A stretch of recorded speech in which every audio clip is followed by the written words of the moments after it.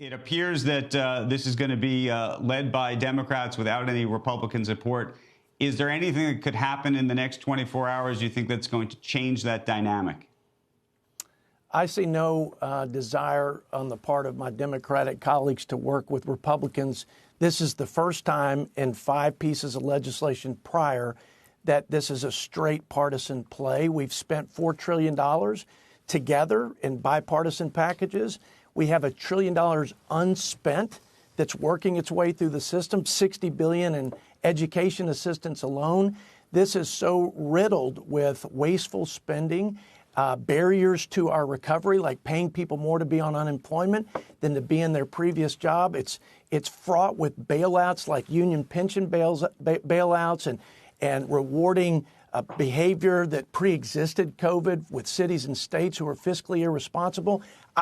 It's hard to cover all the ground of how bad this bill is. It's not disaster relief for the most part. It's a disaster in and of itself. I can't imagine a single Republican voting for this.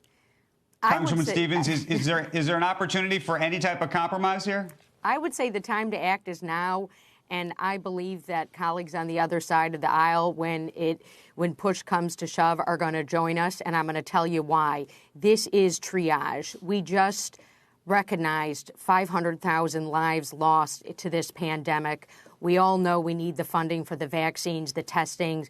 We're long overdue with some of the economic provisions of this bill, the $1,400 stimulus check, the monies needed to reopen our schools fully and safely. We're talking personnel dollars here.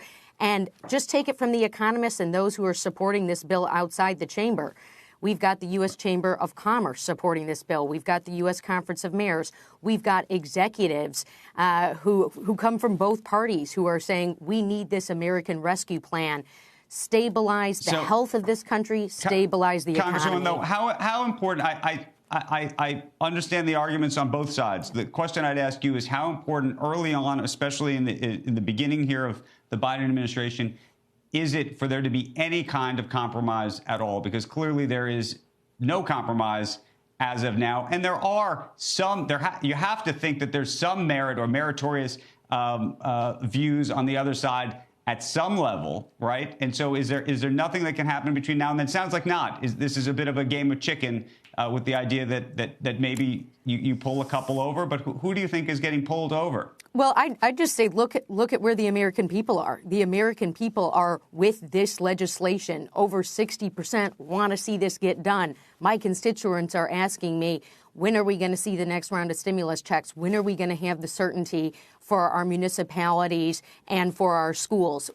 We've got to unlock the dollars in Michigan to get the testing in place that we still need to do while we're getting the shots in people's arms. This can't wait. Reconciliation, no doubt about it. It's an expedited process. We know that. We saw the other side of the aisle pursue this with a tax scam that contributed $1.5 trillion to our deficit. Right. So. Shepard Smith here. Thanks for watching CNBC on YouTube.